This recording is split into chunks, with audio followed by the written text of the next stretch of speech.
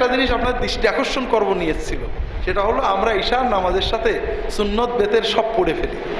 এটা কোনো দোষ নেই, তবে উত্তম হলো ঈশার নামাজের পরে সুন্নত পড়বেন, আর বেতেরটা পড়বেন সবচেয়ে উত্তম হলো শেষ রাত্রে তাহাজ্জুদে উঠে, না পারলে ঘুমানোর আগে। ঠিক যখন ঘুমাতে যাবেন ঘুমানোর আগে ওযু করে 2-4 রাকাত কিয়ামুল লাইল পড়ে বেতের পড়বেন, পড়ে পারলে 2-5 মিনিট তাসবিহ তাহলিল করে দরুদ পড়ে আল্লাহর কাছে দোয়া করে, সব মিলিয়ে 10 মিনিট লাগবে, শুয়ে পড়বেন।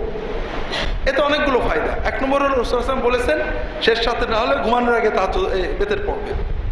2 নম্বর হলো যদি কেউ ওযু সহ ঘুমাতে যায়, রাসূলুল্লাহ সাল্লাল্লাহু আলাইহি ওয়াসাল্লাম বলছেন একজন ফেরেশতাকে আল্লাহ পাঠিয়ে দেবেন তার বিছানায় শুয়ে থাকবে, সারা রাত ওই ব্যক্তি ঘুমিয়ে নড়াচড়া করবে আর ওই ফেরেশতা দোয়া করবে।